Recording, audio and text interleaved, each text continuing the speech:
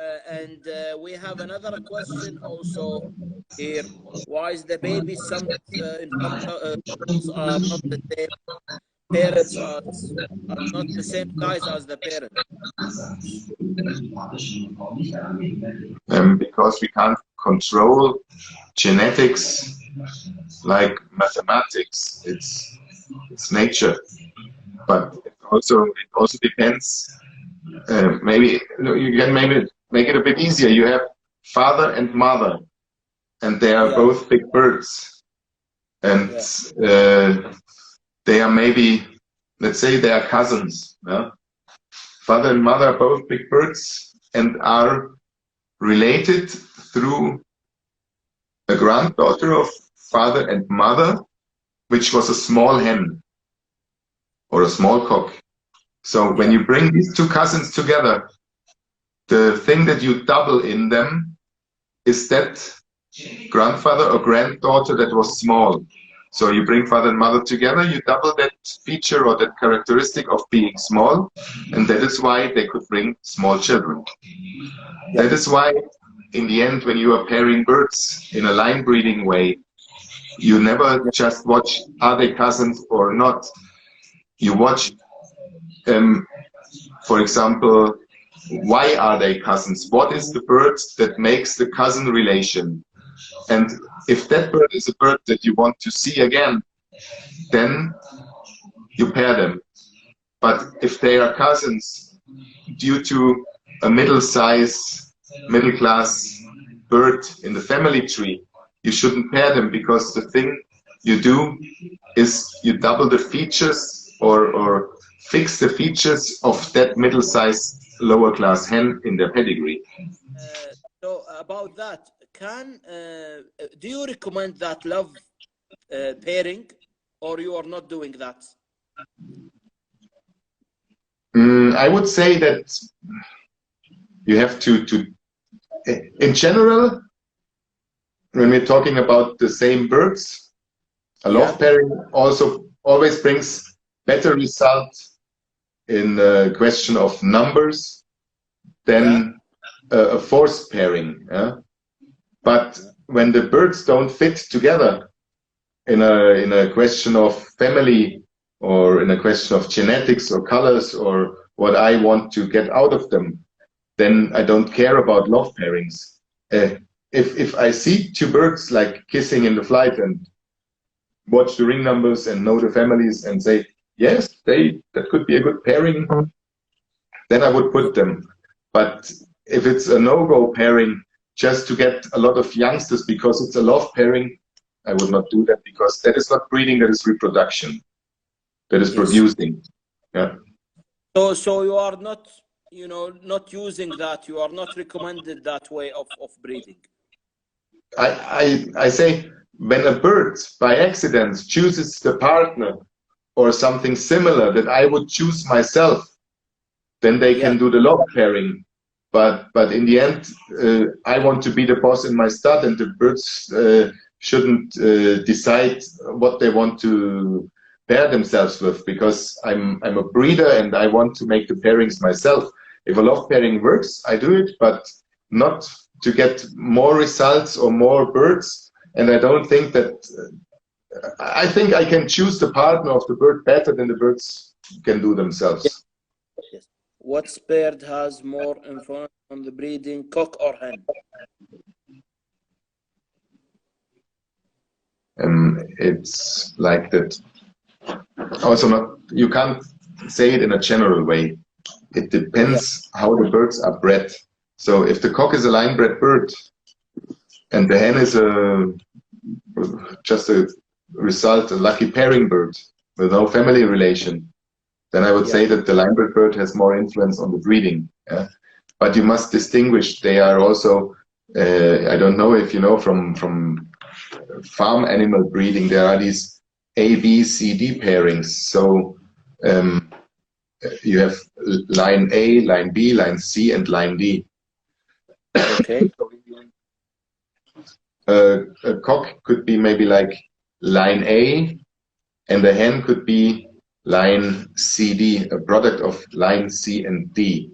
So in the end, it depends on the prepotence of the several lines, which one is more important. But I wouldn't put that down on hen or cock. I would put it like it's more important how a bird is bred in general, and of course, in that case of if it's a hen or a cock, it is more important how a bird is bred than how it looks like. Okay. And of course, that means cock or hen also doesn't matter. Yeah, it doesn't. And do you have any specific pairing that you use to improve the spangle marking? That you can be sure. It's not like you make a special pairing because the whole bulk, the whole number of birds, I would say when you have 50 spangles, 45 or 40 of them must have good markings. So yeah. You do it like you don't take the spangles with the bad markings and you keep the ones with the good markings. And in the end, when you have 40 spangles, you must at least have 20 double factor spangles, because it's a bit like with the double factor Australian pieds. When you use double factor spangles with normals to beat one factor spangles, then not in all birds, but in the majority, you have a better marking than when you breed as if you bred a spangle to spangle. So you are not putting maybe some maybe flaked bird or something which is more having more genetic. No, I can't see any. I can't see anything in them. No, because if you breed flecked birds into spangles, you get flecked spangles. Yeah. It's not like Lutino or Albino where you can use flecked birds like you want. Yeah. It's also with the flecked birds. I try that the flecking is connected to the hens and to the upper lines. Sometimes I use opaline flecked cockbirds, but I would not use a normal flecked cockbird if it's not a really super bird. So in the end, the flecking is connected to opalines, hens, and normals, even if they are bred with flecked opalines, come out in a clear way. Do you use normal budgies to feed that or to transfer the eggs and chicks, Florian? No. Yeah, I've seen the question. Because as my experience that Australian budgies care better and so on. I think that when you breed show budgies, you always have nests where there's only one youngster or two youngsters, and there is a lot of possibilities for fostering. And of course, you have class A and B pairings, and the B pairings, when they only have one youngster, you take the youngsters, when they are ringed, you take them away from an A pairing and put them to a B pairing and let the good birds, the very good birds, breed again. And so I have, when I'm, let's say, 2 or 3 pairs of Australian birds, if there's some neighborhood child coming and wants a bird, and I give it to him. But in particular, I don't have foster pairs just for fostering. Yeah. Another question here also. How to connect a pair of birds if there is no attraction or connection between. Check first if they are in condition, because birds that are in condition and are not too old or not too young, at least in a time of 2 or 3 weeks, when they are in a cage with good seed, good food, good light, and a nest box, they start breeding. If there is no attraction, doesn't have to do that the birds don't like each other or have no emotional feelings. It's just something else. So in that case, Florian, how many breeding cage do you use every year? That depends how much time I have. I would say on average during the year, like 50 cages. 50? Yeah. So in 50 cages, Florian, how many youngest do you normally get from them? I would say let's say, in 3 rounds, 6 to 8 per cage. Yeah. And how many in total? It means 56 means 300, 350, 400, something like that. So every year, just 400 youngest. Yeah. That's more than enough. For me, it's like I'm not a professional budgie dealer, and I don't breed them for selling or for numbers. And I have a lot of work to do and don't have the time. If I had 100 cages to deal with, I couldn't do it in the way that I wanted to do it. So in this case, Florian, like, let's say 400 youngest, how many should in Florian bedroom, and how many should leave Florian bedroom? If you have 400. I would say you keep 150, 200, and the rest goes. A question here also: how important is the breeders to prepare in shows? Yeah. And there is a participation as a visitor and a participation as a competitor. Means that you show your birds. I think both parts are good. At the shows, you learn a lot. You see birds. You see also the comparison of birds. So it's at least very important. It doesn't matter too much if you're showing or not, but to attend shows, to visit breeders, to educate your eye, and to know how a bird should look like, and also to recognize the differences and the mistakes and faults and the good features and the bad features. In the end, when we talk about a real participation in show, a lot of people say that it is necessary that the judge tells you if your bird is good or not. Your goal must be that you can judge your birds yourself, so that you don't need a judge, because there are good judges, bad judges, middle judges. So educate your own eye and don't rely on the eye of the judge, because when you're pairing your birds, you don't have a judge at home that helps you pairing them. Yeah. That's it. Yeah. So you don't think that you will stop showing your birds in 2 or 3 years? So you will continue? Why do you think that I stopped showing?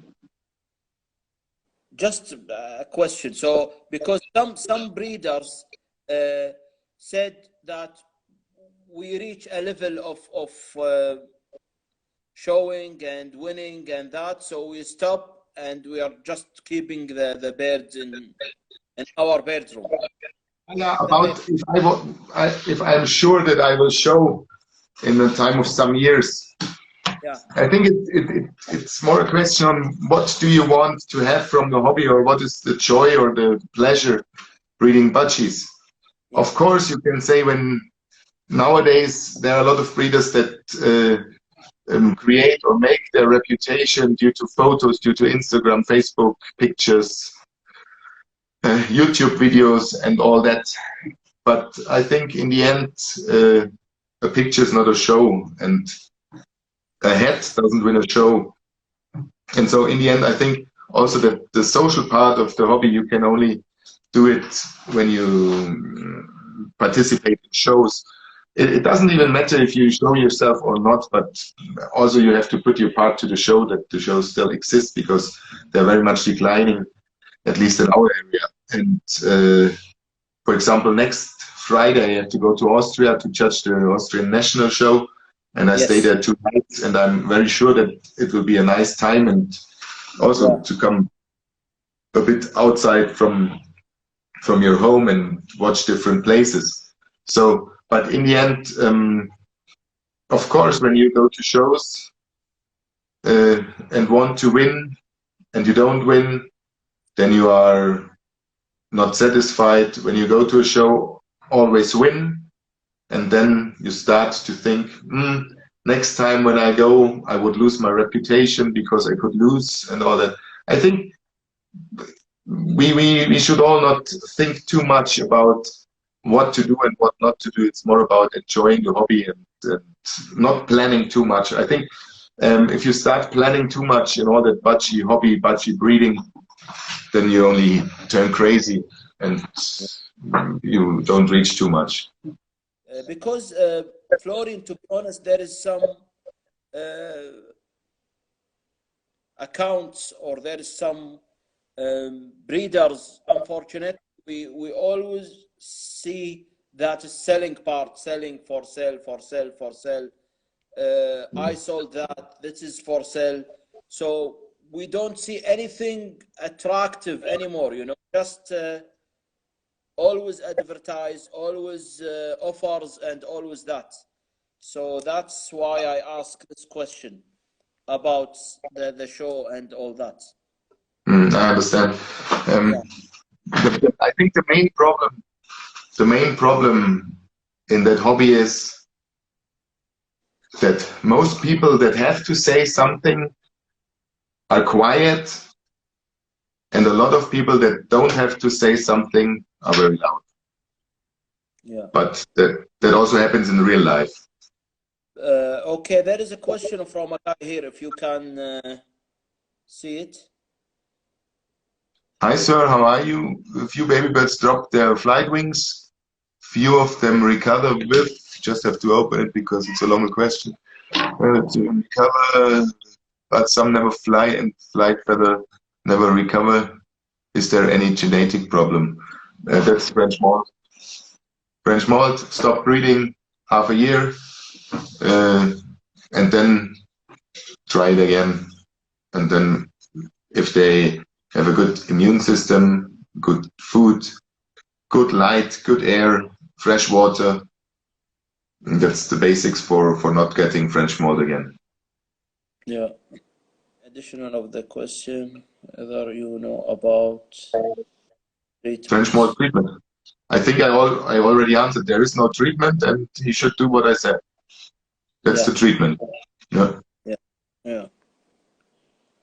How do you hold the condition of the birds before the show? Yeah, what do you do for your birds to stay in the same condition for the show? I think what we all want to reach is that the bird is in best condition at the day of the show. And that is very, very difficult. So we want at least that he doesn't lose the tail feathers 2 days before the show, or the spots 2 days before the show. So what I do is, when I have time, like sometime before the show, all the feathers that look old, that look a bit bad, you pull them and they grow again. Broke feathers, old feathers in mask and tail and wings. And then it's like the birds, they don't fall into molting when you take away seed. They fall into molting when you put seed.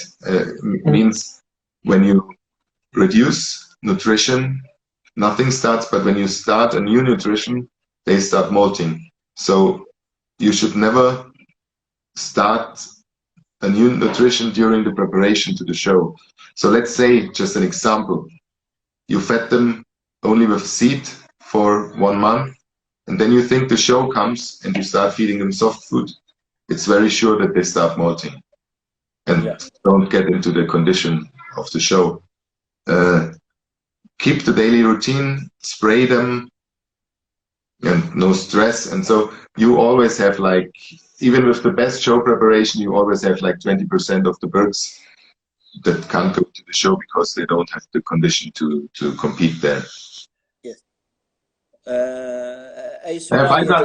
I've just seen that my good friend Neil from England is also watching, so I wanted to greet him here. Neil, I hope you're doing fine. Yeah. If you have any questions, Neil, just ask.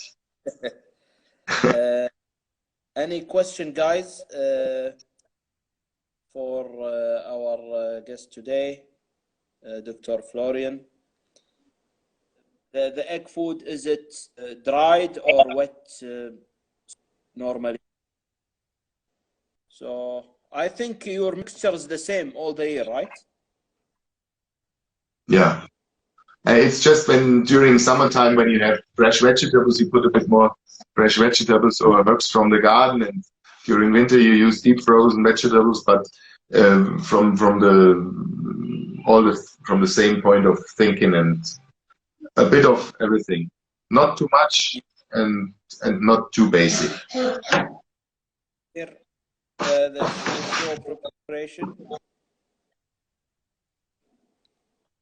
What was the question about? Guide us about show preparation or something like that. Yes, yes, yes. Complete and feather, if they're healthy, if they have enough weight, if they're in good condition.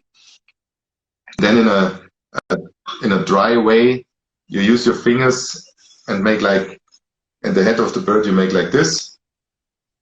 So then it looks like snowing away, and all the old feathers fall off. And then like one day before the show, you take the bird and pull the spots and prepare everything. If there is any tail that is not straight, you put it into boiled hot water.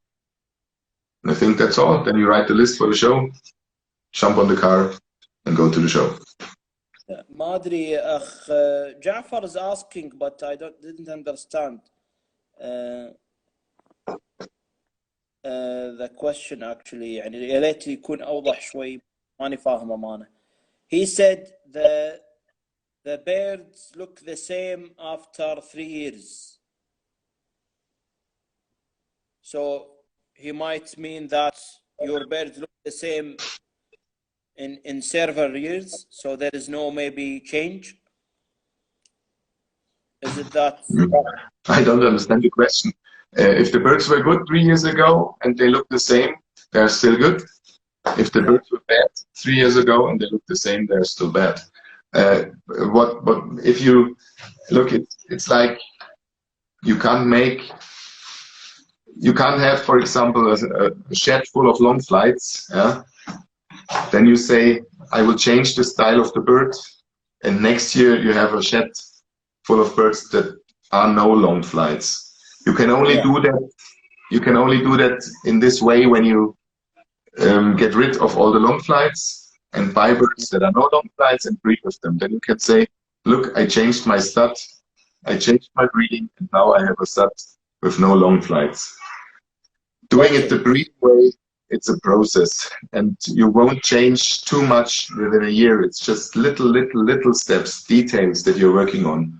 When you see big steps in studs, that mainly is connected with outcrossing, with buying in a lot, or investing money, or doing something that doesn't have to do too much with breeding in a serious point of view. Okay, so his question again, he said, what do you think, or how is the bird after 3 years from now? Do you think the birds will change in general? Florian birds will change? Are you looking for something to improve maybe in your stud, something like that? Yeah, I think we shouldn't do too much on the head features, because the head is almost good. And in the head features, I can only concentrate maybe on a bit more blow, a bit more density. What I'm working on is on that complete elegance carrot shape thing, that they jump on the perch and look like this, and they show like very perfect. I think in the future, it's as I said, I think I said it at the beginning, almost all birds now have good heads. So the head is done. We have to concentrate on different features. We have to concentrate on missing faults, so that there are no more faults. Eliminate a big part of the major faults that we have now, and in general, see that the birds have more deportments that they have now, and that is my goal also. The birds have very good deportment already, but that is the thing that I want to work on and to fix a lot more in my birds. Also about this question, Florian, many of the breeders nowadays come step back. And they said, because we move on too much on feather and size and that. So we move a little bit back to make the birds more elegant and more stylish. So do you think that's the right way? That's the thing is, you must see that extreme features, they don't come from a serious line breeding. The extreme features, we didn't have them like in the time before introducing long flight. So in the end, the extreme features now are more a problem of mixing and mixing and mixing and hybrids and more and more and more and doubling longer feathers and more and more and more. So in the end, it's a selection thing. If you only put big to big to big to big to big, you only get big. But the standard, that thing here, is not big. It has balance. It has a kind of proportion and a behavior that we want in the bird. So if it's big to big, you just weigh the birds and put the birds that weigh more together, and then you will have a lot of birds that weigh a lot, but you don't have birds that correspond to the standard. You understand? So I think a step backward and of course to concentrate and to think about what the standard should look like. That is the thing. It's not a step backward for that you don't like extreme birds, but why do we have the standard? We have the standard to keep to the standard when we are breeding birds. So for example, a lot of breeders, when they put a bird, they say monster birds. I say, for me, monster is something bad. It's something bad. It's something shocking, but something bad. I don't want to see a monster. I want to see nice things. I want to see good birds. So all that monster thing, a monster is something I don't want to breed. I want to breed a nice bird that I want to watch and that can fly and that can live 8, 9, 10 years, or let's say 6, 7, 8. But I don't want to see these birds that the head is hanging, the feathers are hanging, all the bird is hanging, they don't go on the perch, feather problems and all that. We have to concentrate more on that, because there is also the animal is the center of what we are doing. So we should breed it in a way that means that the animal is not suffering. Yeah, that's it. Yeah. There is a question: the male over 7 years can still breeding or not? Ask the cock. Don't ask me. Yes, I had birds of that age that were still breeding. I think my oldest bird at the moment is a 2014 cinnamon sky blue cock, and he's still fit and looks like a young one. But that depends on the bird. Try it, and then you will see if it breeds or not. Yes, yes. So I think that's then.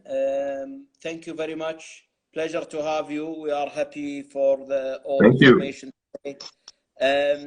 And as usual, the live will stay here in my page, and also we're gonna do some translate and editing and post it in YouTube after doing some more. I will not promise you a time, actually, because it's really very hard to do it. So I don't know when we will finish it, but we will do it. I promise we will do it in the YouTube. So as soon as we can, actually. And there is, I think, one of the friend here. I think what Florian is saying, using the hybrid can be more difficult in controlling them in some cans, and using them some more selected to. I can't see from here. Just tell me again. Yeah, I think Neil is saying, I think what Florian is saying is using these hybrid can be more difficult in controlling them. Some can use as, and some are selected, but to be honest, it can be more of a problem overall in the breedings. Yes, because it gets uncontrollable. Look, when you put a lot of things into one thing, and then you put things inside that you don't even know what they are like, what they have inside.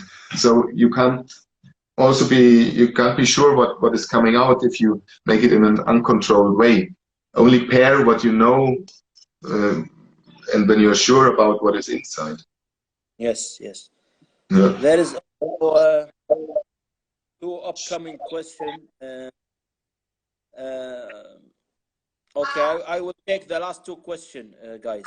So it said, are you selecting all the birds in same style, or there is many style or many shapes in your stud? That's a difficult question. I think they are all more or less the same birds, the same style. And then you select them. You don't too much select them according to style. You select them according to families, according to pairings where you know that good birds come from. Of course, you got them visual as well, but I rather keep a middle class bird from a very good pairing than a super bird from a lucky pairing that I just made by accident. So that question can't be generalized and answered with one sentence. It's bird per bird. You judge every single bird, no matter how it looks like. Of course, that influences, but no matter how it looks like, and not only because how it looks like, but you judge every single bird if you keep it or let it go. Yeah, I think we've done from today. Thank you, Florian, again for the last time. Yeah. And okay. Hope you enjoyed today. We did enjoy it very much, actually. And it was very nice, good questions, nice relaxed situation. I wish you all a nice weekend, and stay safe and take care of you. Yeah. Thank you very much, Florian. Happy to Bye-bye. see you. And bye. Bye-bye. Bye. Bye.